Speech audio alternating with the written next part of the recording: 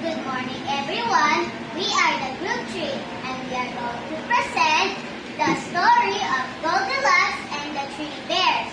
I'm Rain as narrator 1. I'm Sari as narrator 2. I'm Shada as narrator 3. I'm Von as narrator 4. I'm Daisy as narrator 5. I'm Kylie as Goldilocks.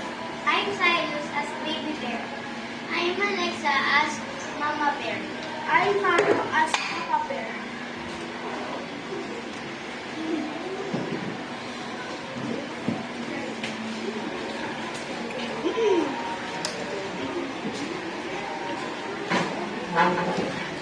Once upon a time, in a peaceful forest, there lived a happy family of 3 bears. Papa Bear, Mama Bear, and Baby Bear. They lived in a small, cozy, wooden cottage surrounded by tall trees and singing birds. Every morning, they enjoyed a warm bowl of porridge for breakfast.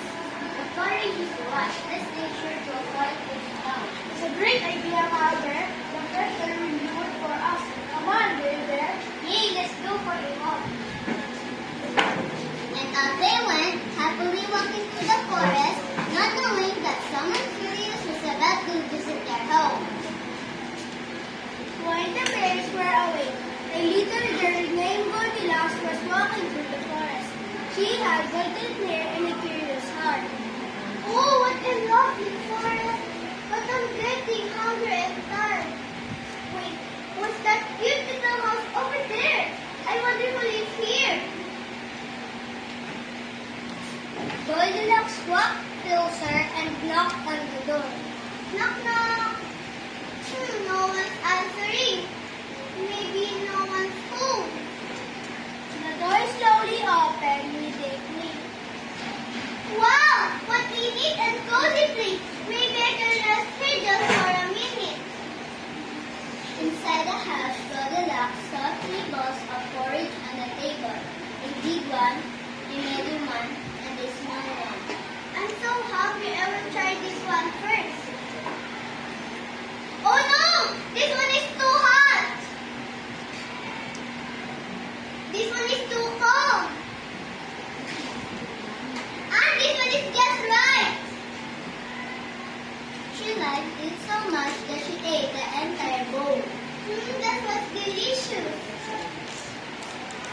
After eating, Goldilocks felt a little tired.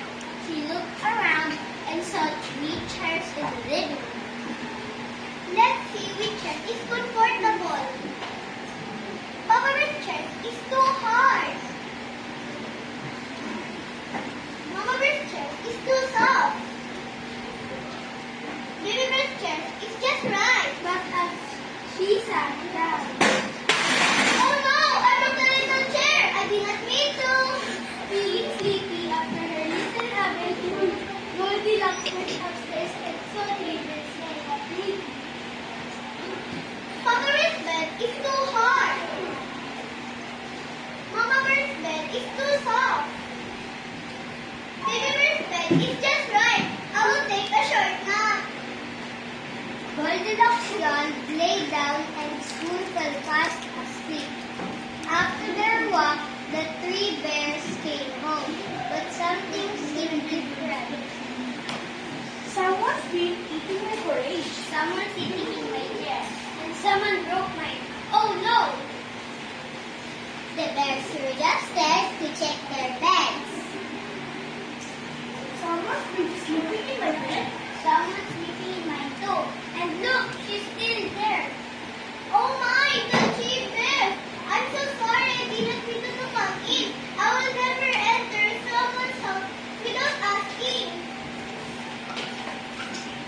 Goldilocks ran out of the cottage as fast as she could. She was so surprised but also happy that Goldilocks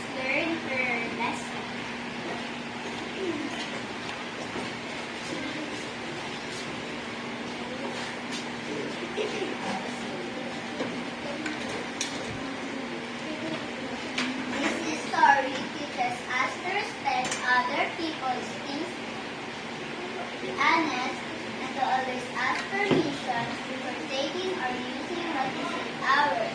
When we make mistakes, we should admit them and learn to do better next time.